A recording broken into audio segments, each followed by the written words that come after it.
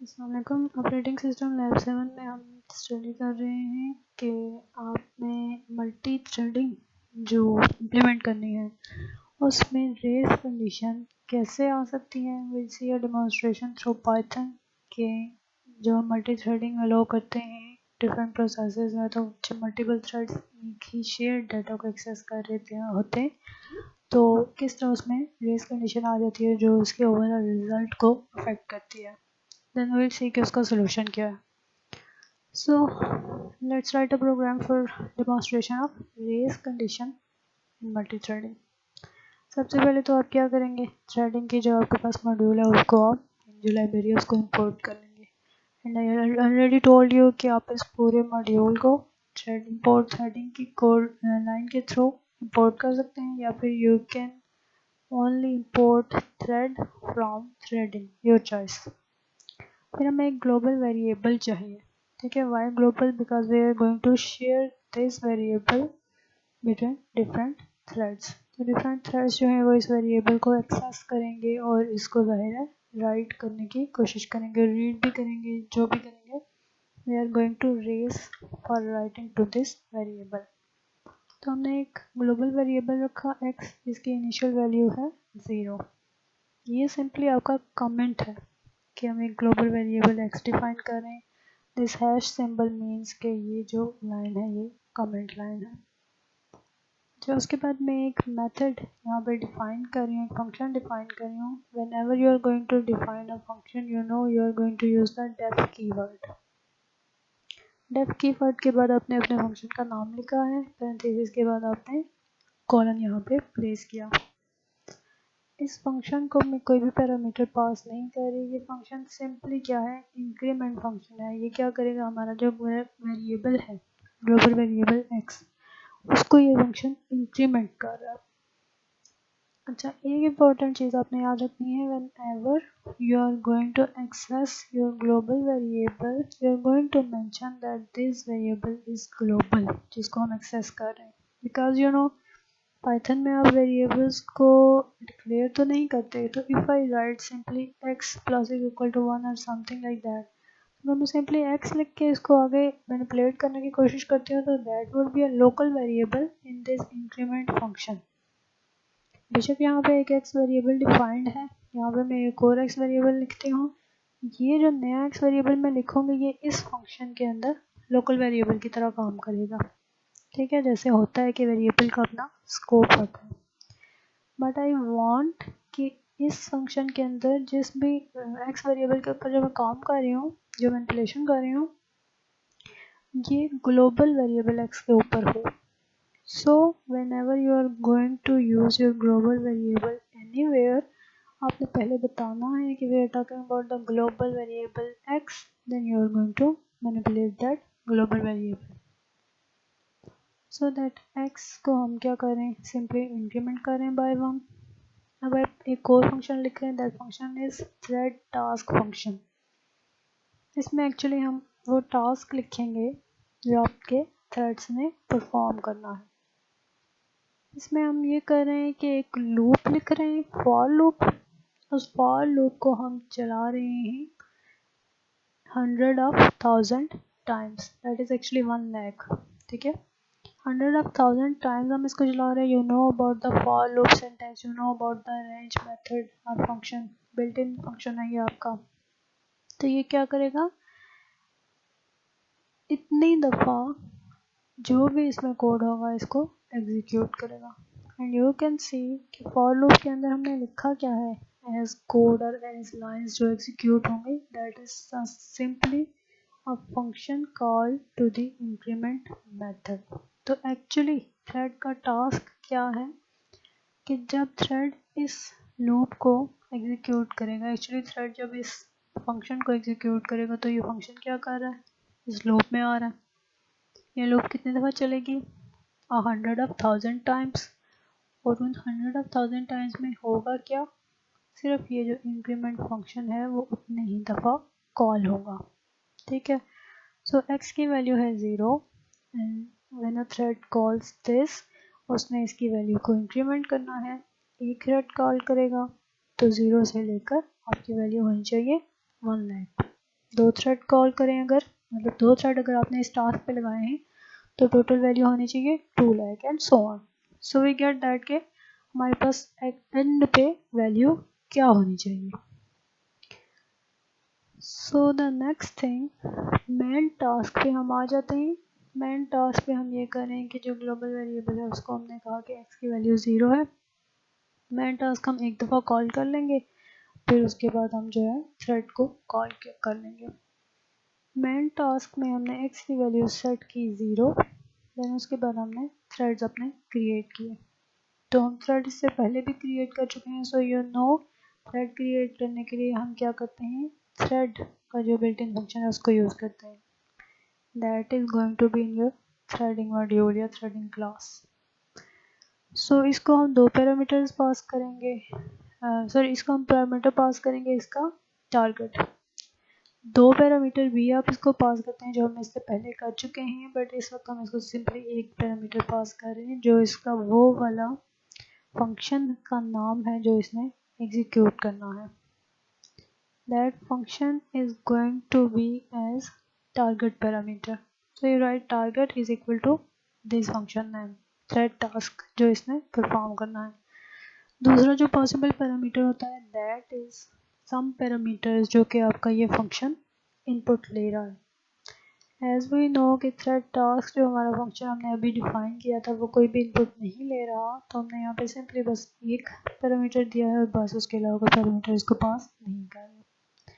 Once you have created your threads T1 and T2 and remember both are taking the same task.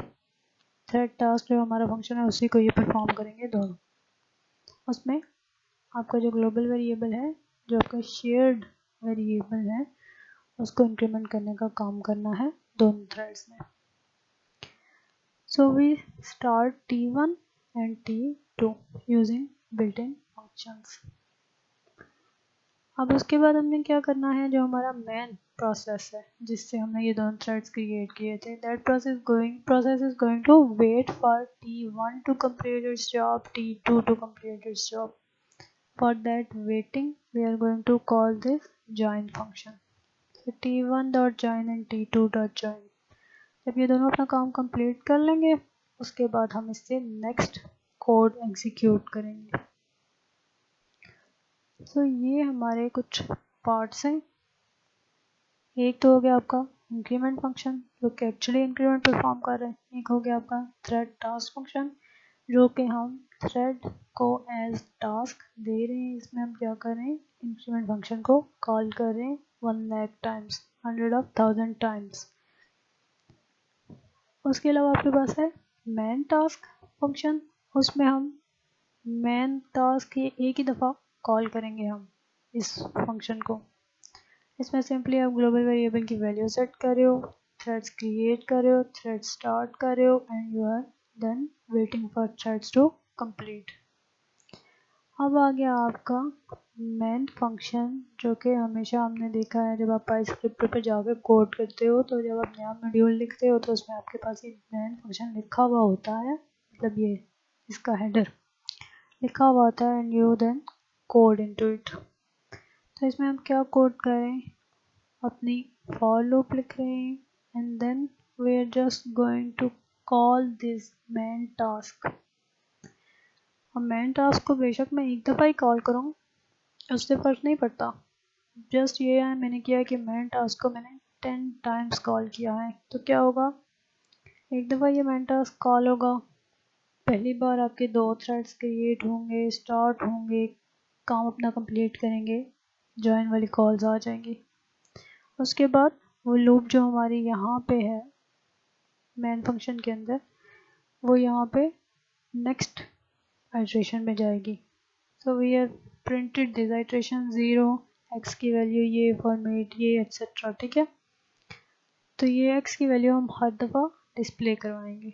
तो ये 10 times सिर्फ 2 ही thread create हो रहे हैं। Do not think कि क्योंकि ये लूप 10 दफ़ा चल रही है तो शायद हम 10 या 20 थ्रेड्स क्रिएट करें, ऐसा नहीं है। एक आइट्रेशन के बाद पिछले आइट्रेशन में जो भी थ्रेड्स क्रिएट किए थे उन्होंने जो भी काम किया था वो ख़त्म। दूसरी आइट्रेशन में जब मैन टास्क दोबारा कॉल हो रहा है तो नए 2 थ्रेड्स क्रिएट हो रहे हैं, वो अपना काम करें, उनका रिजल्ट प्रिंट हो जाएगा।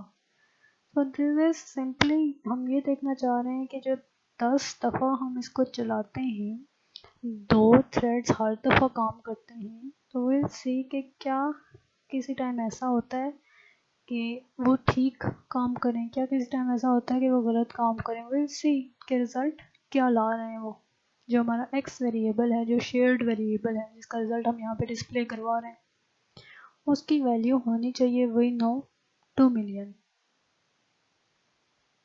नो नॉट 2 मिलियन, 2 लाख, ठीक है।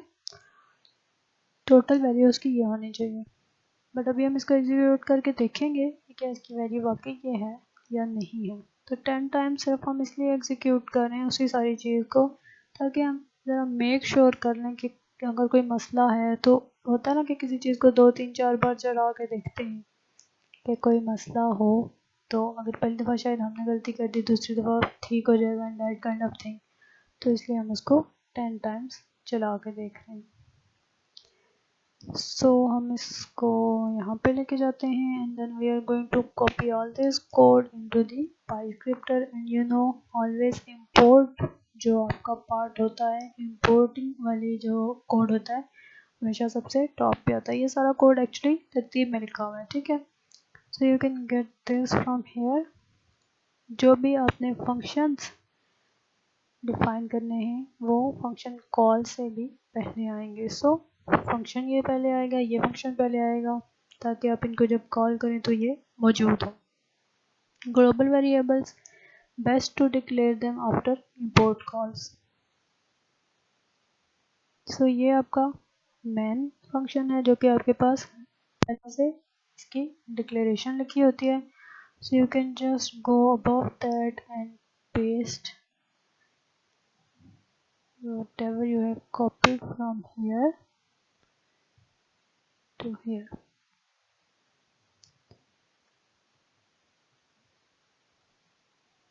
अब मैं टॉस को कॉपी कर लें।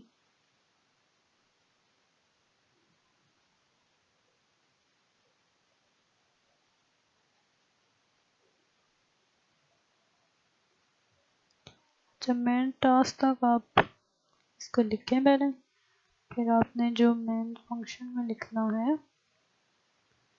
वो हम यहाँ से जाएंगे नीचे और इधर अंदर से हमने इसको कॉपी कर लेना है, because we have this part already in there. तो यहाँ पे आप आते हैं और ये जो पास लिखा हुआ है आपके पास, उसको आपने इरेज कर लेना है। बाकी आप यहाँ पे प्रिंट कर लेंगे। You can go and check for indentation etcetera, और इसको एग्जीक्यूट करके भी आप चेक कर लें इंडेंटेशन का, में भी कोई इशू होगा तो वो आ जाएगा and you can then erase that error. अच्छा, अब आप देखें ज़रा 10 आइट्रेशंस हैं 0 से 9। सो आइट्रेशन 0 से some value of 1,62,943. Second one is different, but around that 1,64,000, that kind of. Iteration 2 says 1,56,000 and so on and so on and so on. You can see, इसको आप गौर से देखिए, सारी iterations में कोई भी वैल्यू, एक भी वैल्यू ऐसी नहीं है which is exactly 2 lakh or actually close enough. Why did that happen? Because of the race condition.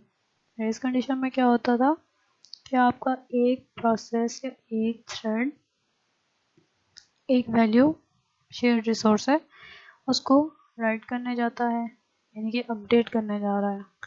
तो वो क्या कर रहा है, दूसरा प्रोसेस भी उसी टाइम उसको अपडेट करने जा रहा है। लेट्स से उस वक्त वैल्यू 9 है, तो T1 ने उसको 9 रीड किया, T2 ने भी उसको 9 रीड किया, T1 ने भी अपडेट किया, 10 लिखा, T2 ने भी अपडेट किया, 10 लिखा, that kind of thing. It should have become 11, but वो 11 नहीं हो सकी बिकॉज ऑफ रेस कंडीशन, वो 10 रही। तो वो जो डिफरेंस आ रहा है रेस कंडीशन की वजह से, वो डिफरेंस आपको यहाँ पे इन वैल्यूज़ में नज़र आ रहा है।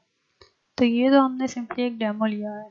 बट यू नो कि when you talk about race condition, जब अकाउंटिंग की बात करें, बैंकिंग एप्लीकेशंस की बात कर लें, तो वहाँ पे इस तरह की अकाउंटिंग एरर कितना ज़्यादा प्रॉब्लम काज कर सकती हैं. So will go and see one solution for this kind of problem. हमारे पास हैं लॉग्स. हम सेमाफोर को यूज़ करेंगे अपने जो ये पार्ट्स ऑफ कोड्स हैं जो हमारे ग्लोबल वेरिएबल को एक्सेस करें for any kind of update. Those are the critical region of our program. उसको एक्सेस करने से पहले हम इस एक्सेस को लॉक कर लेंगे. So this is exactly what we already studied. Import करें, ग्लोबल वेरिएबल डिक्लेयर करें और इंक्रीमेंट फंक्शन हम डिफाइन करें यहाँ पे. अच्छा, उसके बाद यहाँ पे आपके पास जो थ्रेड टास्क है that is a little different. Thread task के अंदर पहली चीज़ जो डिफरेंट है दैट इज़ हम इसको एक पैरामीटर पास करें which is lock. I told you कि हमने क्या करना है, इसको क्रिटिकल रीजन जो है हमारा क्रिटिकल रीजन क्या है जिसमें हम उस वैल्यू को अपडेट करें, that is going to be the increment function. तो उस क्रिटिकल रीजन के परफॉर्म करने से पहले हम लॉक एक्वायर करेंगे. So for that we are going to use this lock. I will show you कि ये लॉक क्या है. बट फॉर नाउ आपका लूप वैसे ही है, इंक्रीमेंट फंक्शन हम वैसे ही कॉल करें. जस्ट इंक्रीमेंट फंक्शन से पहले आप इस लॉक पैरामीटर को यूज़ करते हुए सी कि ये क्या ऑब्जेक्ट है. इसको यूज़ करते हुए हम एक बिल्ट इन फंक्शन कॉल करेंगे एक्वायर. एंड आफ्टर ये फंक्शन इंक्रीमेंट आपका कंप्लीट हो चुका होगा, फिर using lock this lock variable और lock object will be calling release function. ये एक्वायर और रिलीज का काम सिंपली ये है कि जो आपका इंक्रीमेंट के अंदर एक्स वेरिएबल है जिसके ऊपर हमने इस लॉक को एक्चुअली इंप्लीमेंट करना है, I show you in the next slide, उसके लिए ये लॉक एक्वायर कर ले. अब जब जो भी थ्रेड इस फंक्शन को एग्जीक्यूट कर रहा है उसके पास लॉक है इस वेरिएबल को एक्सेस करने के लिए, इसको अपडेट करने के लिए. दूसरा थ्रेड अगर कोशिश करता है तो it can not acquire this lock. उसको क्या करना पड़ेगा, वेट करना पड़ेगा. सो दिस इज द सोल्यूशन कि हम लॉक कर लें अपने रिसोर्स को. सो ये लॉक क्या है इसको हम देखते हैं. So you have got man task, variable है आपका ग्लोबल. अब आपने क्या करना है, लॉक क्रिएट करना है. सो आपकी जो थ्रेडिंग क्लास है you have a lock class in their. आपने उसका एक ऑब्जेक्ट बनाया. ये जो स्मॉल एल वाला लॉक है ना that is an instance of this capital L lock.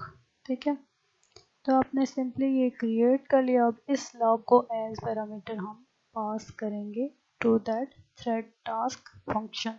Thread create करते हुए बाकी सारा सेम है, just now you are going to pass argument. और वो आर्ग्यूमेंट क्या है, लॉक आर्ग्यूमेंट. तो ये दूसरा जो आपका पार्ट है जो अभी हमने पिछले वाले में स्किप कर दिया था because we were not passing any parameters, वो अब आपने यहाँ पे इंक्लूड करना है. And if you have any confusions, इससे पिछले वाली लैब आपने देखनी है, उसमें ये आर्ग्यूमेंट्स वाली चीज़ें मैंने सारी क्लियर की हुई हैं. So we have pass this lock. अब आपने सिंपली वही स्टार्ट करना है दोनों थ्रेड्स को and then you are going to wait for them to complete their job. फिर आपने मैन फंक्शन के अंदर एग्जैक्टली सेम चीज़ें रखनी है. सो व्हाट एक्चुअली चेंजेस, आपका ये वाला जो पार्ट है मैन टास्क ये चेंज हो रहा है. इसमें एक तो आपने लॉक क्रिएट किया और आपने थ्रेड्स क्रिएट करते हुए वो लॉक पास किया. मैन पार्ट ये चेंज हो रहा है. उसके अलावा जो आप थ्रेड टास्क लिख रहे हो उसमें आप पैरामीटर पास कर रहे हो लॉक, और जाहिर है यहाँ पे आपने उसको इस्तेमाल करना है लॉक को. So you are going to acquire that lock and you are going to release that lock. ये चीज़ें हम चेंज करेंगे, then you will see what difference it makes. So go here and look where is the thread task method. ये रहा, इसको हम क्या करेंगे, रिप्लेस कर लेंगे. ठीक है, अब इसको हम जाके जो हमारा मेन टास्क मेथड है उसको हम अपडेट कर लेते हैं।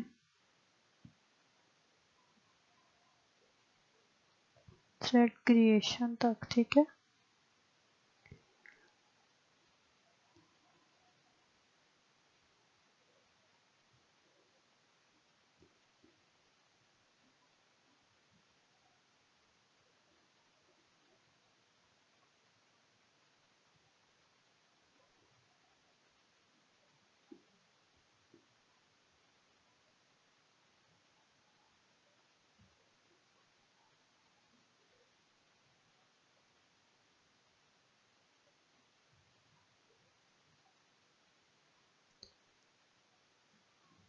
अच्छा, अब इसको हम एग्जीक्यूट करते हैं and you can see it is taking a little more time.